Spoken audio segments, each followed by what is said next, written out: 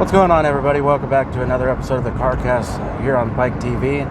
My name is Charles Pike. I'll be your chauffeur for the day. Of course, always wear your seatbelt.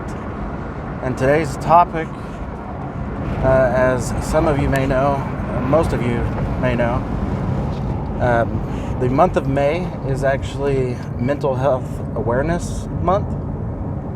And so I just wanted to kind of say my thoughts on what it is and what I deal with and kind of what goes on in my mind.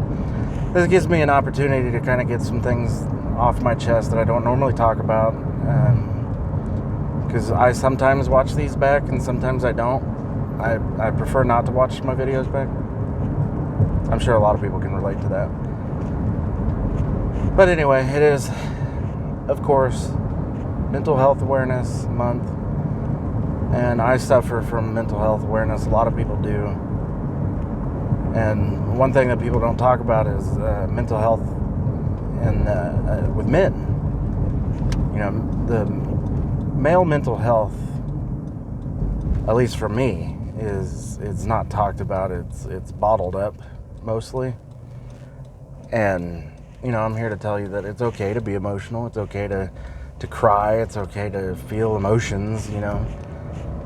And that's what a lot of people think, that, the toxic masculinity, they think that that's all, oh, men don't cry and they just think they're tough and all this and whatever. I should explain the sunglasses for a minute. It's bright. That's about it. Anyway. But I deal with mental health illness a lot because, of course, from the last video, if you guys watched that one, I talked about my dad. That has affected me a lot these past 2 years. It's, I'm losing sleep. I'm constantly, having these dreams about it. And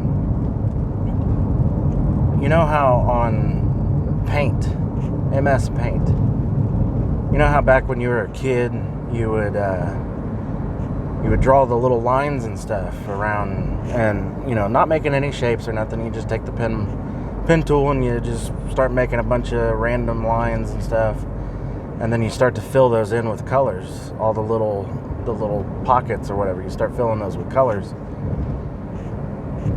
That is about how mental illness feels.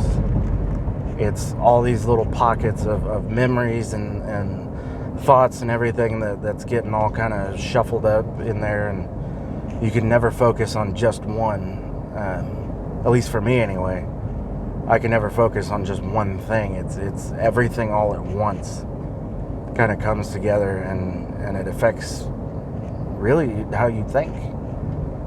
I'm an overthinker. I overthink everything. But I feel that way just over the course of basically the past 4-5 years. I've felt like that pretty much ever since I started working. And the whole breaking up with my ex, and then just a lot of death the past couple of years has affected me. My stepdad, I kind of mentioned this back in last year's Deep Thoughts video. If you want to go check that out, highly don't recommend. But I explained in there that my stepdad suffered from some kind of mental illness, and he took his own life in September of 2017. That's one of the deaths that has affected me. And then, of course, the following, 6 months later, or five months later, my dad passing away.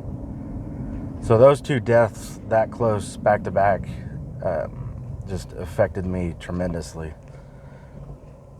And then also, I believe it was September 4th, a friend of mine that I worked with, she was killed in a car accident. And that affected me pretty hard. Just all the death around me these past 3 years is a lot to go through. 2 funerals in 2 years. I didn't go to my great-grandma's funeral. They just my grandma wanted to have a little service for her and just a select few people. I think I had to work that day. And with that, we knew it was coming. So, but that one still affected me. It affected my uncle a lot. It affected my grandma a lot. My grandma was taking care of our great-grandma. And props to her. Props to my grandmother, because she, as much shit as that she has dealt with for the past, oh God, probably her whole life. The struggles and just everything that she's been through. She's a hell of a woman.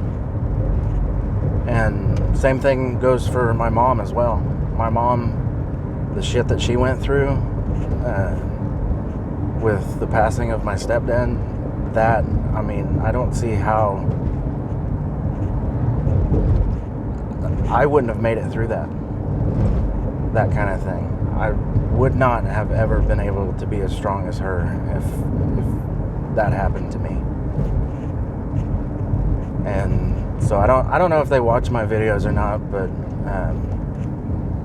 I'm just gonna throw it out there. But sorry, I'm also trying to drive here.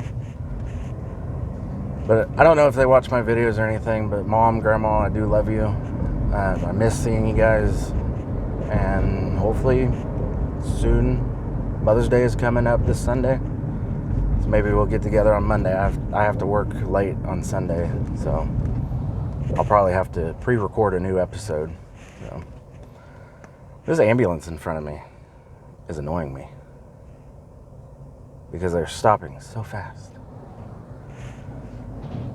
But so yeah, I don't talk about my issues that much as far as my overthinking and all that.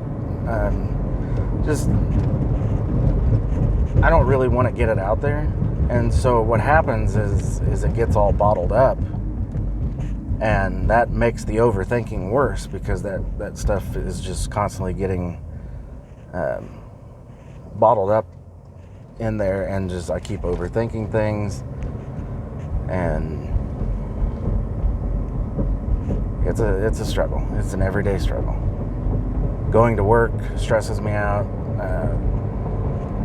Being cooped up at home for this whole stay-at-home thing. I've gone out a couple times during it, so don't tell anybody. But I've been cooped up in the house, and I actually look forward to going to work, just because it's a chance to get out of the house. It's a chance to get to see people. As much as I hate people, I do enjoy seeing some people. A lot of the people that I work with, about half the people I work with, I enjoy seeing them. They're my friends. And just being at work in that kind of environment where you're talking to your friends, or you're talking to whatever when you take a break or lunch, and it helps your mental state. I will say that. It has definitely helped mine out. If I didn't have the friends that I had, I don't know where the hell I'd be. The ambulance finally turned. But if I didn't have my friends, I don't know where the hell I would be right now. Because a lot of support comes from them. A lot of support from my family. I don't really talk too much to my family about my mental health issues. And that's my preference. A lot of my friends don't know about it either. Only a select few really know. And I have had some of my older friends that, have moved on, and they're in the Air Force now. And there was that one point in time where I didn't want to get on Xbox. I didn't want to play any games with anybody. I didn't want to do anything. And my friend actually reached out to me because they hadn't heard from me for a while. And they reached out to me and asked me if I was doing okay, and asked me if I needed anything or if I wanted to talk. And I said yes, and I'll keep that in mind. But it's something that it's hard to talk about. A lot of times, mental health is the strongest. Mental health is the hardest thing to talk about to anybody. You know, a lot of people, they go and see a therapist and they say, oh, well, it's somebody I don't know, and it's easier to talk to them about my problems because I don't know them. But to me, I feel like that'd be a lot harder, just because of who I am. And, you know, I cry alone in my bedroom. You know, it's a part of life. It's what happens. You know, you can't sleep at night, so you stay up and you just kind of wonder why you're still here. And I've had those thoughts a lot, and, you know, sometimes you just got to kick yourself in your own ass, and you got to keep pushing forward and, you know, realize that there are people that care about you, and there are people that will always love you no matter what. And I'm one of those people that I'm more of the helper and not the person that reaches out for help. You know, I want to be the one that helps others. And so hopefully by, you know, people understanding what I go through and on a day-to-day basis, you know, maybe they'll kind of understand that it is okay to speak up. It is okay to talk about it. Especially for guys. You know, if guys have issues, talk about them. Talk about them with your guy friends. There's no shame at all whatsoever. There's no shame in talking about your problems being a guy. You know, they always think that being a guy, you kind of have to shelter your feelings and your emotions. I don't think that, you know. And so I reach out to those people, and I hope that they understand that I am here for them, and I'm here to talk. I'm here to listen to them. I'm an ear, shoulder, whatever it may be, just so I can, you know, help them because I know what it feels like. So, but anyway, we are home. I'm going to get out of the car here soon because it's hot. But anyway, there we go, but anyway. I hope you guys enjoyed this video about mental health awareness. I don't know why I said it like William Shatner. But I hope you guys enjoyed this video. I'll try to leave some numbers down in the description as I did with the Deep Thoughts video. Again, watch at your own risk. I highly don't recommend that video at all. It's good for a good laugh or two. But anyway, like, comment, subscribe if you haven't already. Hit the bell if you want to. Doesn't really matter. I share these videos all over Facebook, so pretty sure that's where all my subscribers are right now. But we'll see where this thing keeps going. So hope you guys enjoyed, and I hope you guys have a wonderful day.